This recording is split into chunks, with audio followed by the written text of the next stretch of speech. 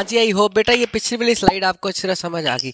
अब main heading क्या शुरू होती है इस स्लाइड की। अब मेन हेडिंग होती है रिलीजियन से रिलेटेड। रिलीजियन से रिलेटेड क्या कंटेंट था वो सारा का सारा डिस्कस करेंगे, ठीक है। तो मेन हेडिंग क्या रहेगी इस स्लाइड की, रिलीजियस रिफॉर्म्स। हम पढ़ेंगे कि हाँ भी उस समय धार्मिक रिफॉर्म्स सुधार क्या हुए, एंड पब्लिक डिबेट्स, ये पब्लिक डिबेट्स का क्या फंडा है, ये सारा कुछ डिस्कस करेंगे, ठीक है। तो बेसिकली इस स्लाइड में ना बड़े सारे क्वेश्चन बन के आते हैं एक एक नंबर के, वो सभी बताऊंगा। और इस स्लाइड में बड़ी सारी कंफ्यूजन होती है, वो मैं सारी कंफ्यूजन दूर करूंगा। कंफ्यूजन क्या होती है, कोई डिफिकल्ट वर्ड्स होते हैं वही कंफ्यूजन होती है, वो मैं आपको अच्छी तरह बता दूंगा, ठीक है।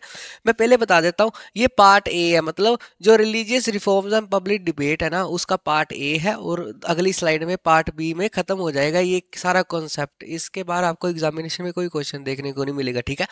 तो बेसिकली स्टार्ट होता है, religion become a debatable issue. उस समय प्रिंट के आने के बाद, टेक्नोलॉजी के आने के बाद, प्रिंट टेक्नोलॉजी के आने के बाद जो धर्म था ना वो एक डिबेट बन गया था, ठीक है। डिबेट का मतलब क्या होता है, जैसे मैं बोलूं कि हाँ बेटा आपने मूर्ति पूजा करनी है, तो कोई और नीचे कमेंट बॉक्स में लिख देगा सर ये मूर्ति पूजा करना तो ऐसा बुरा काम है, भगवान की मन में ही पूजा करनी चाहिए। तो ये डिबेट ही होती है, ठीक है।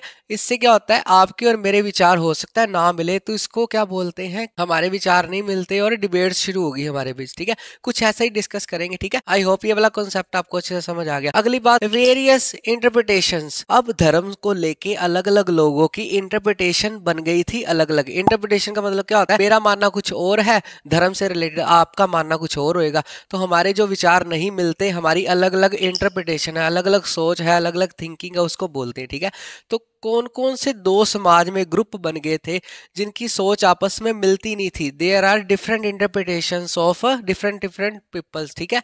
तो पहले क्या थे, सम क्रिटिसाइज, कुछ लोग क्रिटिसाइज करते थे, बुराइयां करते थे existing practices and demanded reforms. वो लोग जो एग्जिस्ट कर रहे थे, मान लो कोई भी धर्म से रिलेटेड कोई भी पाठ पूजा या कोई भी रीति रिवाज एग्जिस्ट कर रहा था, उसमें क्या थे, सुधार चाहते थे। उनका क्या सोचना था, वो क्रिटिसाइज करते थे, हाँ भी जो रीति रिवाज थे, पुराने रीति रिवाज प्रिंट के आने से पहले के चल रहे थे, जो अब प्रिंट आ गया तो उन्होंने अपना पक्ष रखना शुरू कर दिया। एक समाज में वो लोग रहते थे, ठीक है। दूसरे, while other countered the arguments of reformers. समाज में दो तरह के लोग रहने लग गए थे। पहले वाले रिफॉर्मर थे, सुधार चाहते थे, सारा डिस्कस करेंगे हाँ भी कौन रिफॉर्मर था।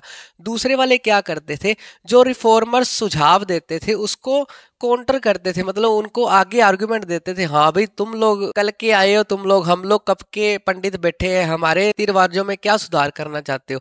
तो जो रिफॉर्मर थे उनको आर्गुमेंट करते थे कुछ लोग, मतलब समाज में एक लोग रिफॉर्मर है और दूसरे जो कब से चला रहे हैं प्रशासन अपना, पंडित वगैरह, वो लोग हैं, ठीक है।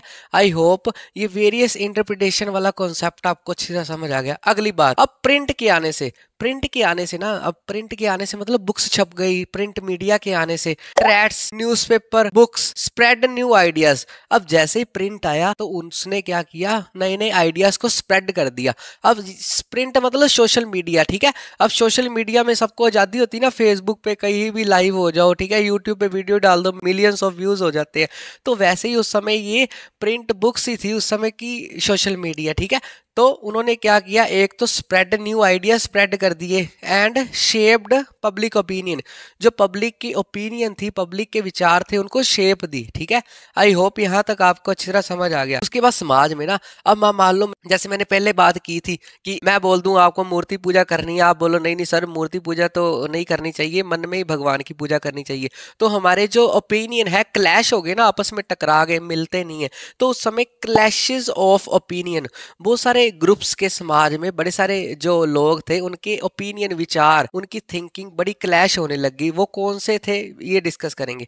सबसे पहले उस समय एक तरफ थे सोशल एंड रिलीजियस रिफॉर्मर, ऐसे लोग जो सोशल समाज, रिलीजियस मतलब होता है धर्म, रिफॉर्मर का मतलब होता है सुधार। ऐसे लोग जो समाज में धर्म और समाज को रिफॉर्म करना चाहते थे, पुराने रीति रिवाजों को जड़ से उखाड़ना चाहते थे। दूसरी तरफ कौन थे, हिंदू ऑर्थोडॉक्स। हिंदू ऑर्थोडॉक्स का मतलब क्या होता है, ऐसे लोग जो पुरानी थिंकिंग के ऊपर विश्वास रखते थे, वही पुराने पंडित वगैरह कुछ ऐसे, ठीक है। अब समाज में क्लैशेस होने लग गए थे किसकी थिंकिंग, एक तो सोशल रिफॉर्मर्स की और रिलीजियस रिफॉर्मर की, और दूसरी हिंदू ऑर्थोडॉक्स जो हिंदू रीति रिवाज पुराने तरीके से चलाना पसंद करते थे। दूसरी बात और किसकी क्लैशेस होने लगी, मुस्लिम्स एंड देयर फेयर।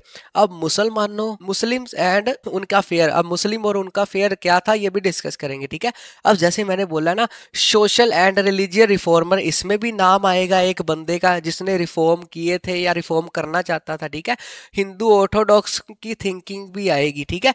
अगला, आई होप ये वाला कॉन्सेप्ट आपको अच्छे से समझ आ गया। इस वाले कॉन्सेप्ट में क्या किया था कि कौन कौन से लोग समाज में बट गए थे प्रिंट के आने के बाद इंडिया में।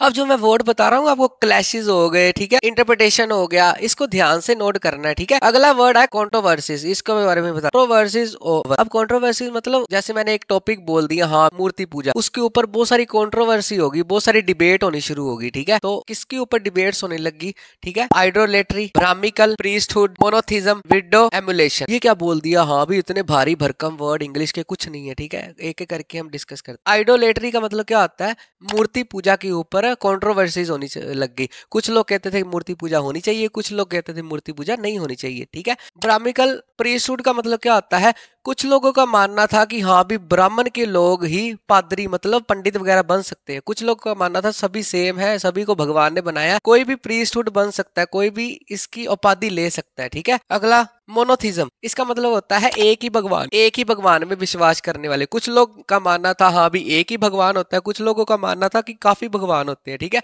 तो मोनोथिज्म कौन से लोग थे जो एक ही भगवान में विश्वास रखते थे, इनके बीच में कंट्रोवर्सी होने लगी, ठीक है। विडो इम्युलेशन का मतलब होता है सती प्रथा, जैसे पति की डेथ के बाद उसको जिंदा जला दिया जाता था। तो कुछ लोग मानते थे विडो एम्युलेशन अच्छी चीज है, कुछ लोग बोलते थे हाँ भी इससे औरतों की स्थिति खराब होती है। आई होप ये कंट्रोवर्सी वाला कॉन्सेप्ट आपको अच्छे से समझ आ गया। नहीं, अब कंट्रोवर्सी किसके बीच में हो रही है, एक तो सोशल रिफॉर्मर्स के बीच में कंट्रोवर्सी बोल दो, या उनकी ओपिनियन क्लैश बोल दो, या इंटरप्रिटेशन उनकी अलग अलग बोल दो, सेम ही बात है, ठीक है। अब कंट्रोवर्सी किसके बीच में थी, अब मैं नाम बताने लगा हूं तुम लोगों को। यहाँ पर था ना सोशल एंड रिलीजियस रिफॉर्मर, अब कौन था आपने नाम सुना होगा, राजा राम मोहन राय। राजा राम मोहन राय और किसके बीच में कंट्रोवर्सी होनी शुरू होगी, हिंदू ऑर्थोडॉक्स में सारे वो आ जाएंगे जो पुराने तरीके से रीति रिवाज चलाना पसंद करते थे, ठीक है। अब राजा राम मोहन राय समाज सुधारक थे, तब उन्होंने एक न्यूज़पेपर की स्थापना की लोगों को अवेयर करने के लिए। बस वो न्यूज़पेपर का नाम याद रखना और डेट याद रखनी है। इसलिए मैंने बोला था इस स्लाइड में बड़े सारे शॉर्ट क्वेश्चन आते हैं 1 नंबर के, आपका यहाँ से 1 नंबर पक्का बन जाएगा अगर आप ध्यान से देख रहे हो, ठीक है।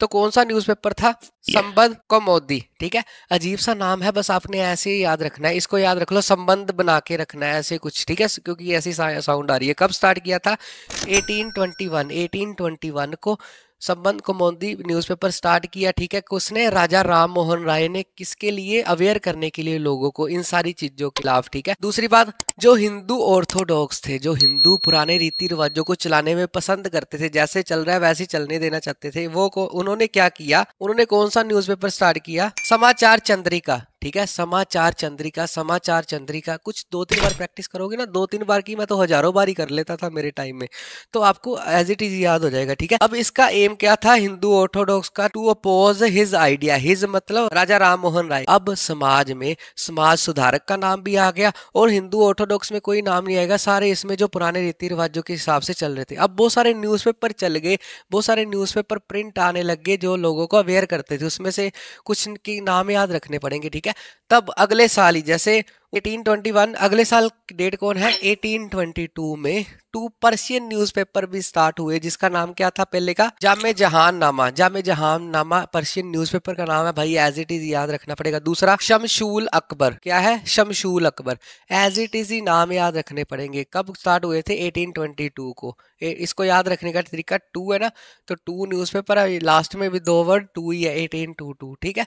तो उसके बाद देन गुजराती न्यूज़पेपर भी स्टार्ट हुआ, जिसका नाम क्या था, बॉम्बे समाचार। हाँ अभी कईयों के मन में आया होगा कि गुजराती है नाम बॉम्बे समाचार है, ठीक है। जब भारत बना था ना, जब नया नया आजाद हुआ था, तो 14 स्टेट थी, ठीक है, जिसमें गुजरात और बॉम्बे एक स्टेट थी, ठीक है। इसीलिए गुजराती न्यूज़पेपर का नाम क्या रखा गया, बॉम्बे समाचार।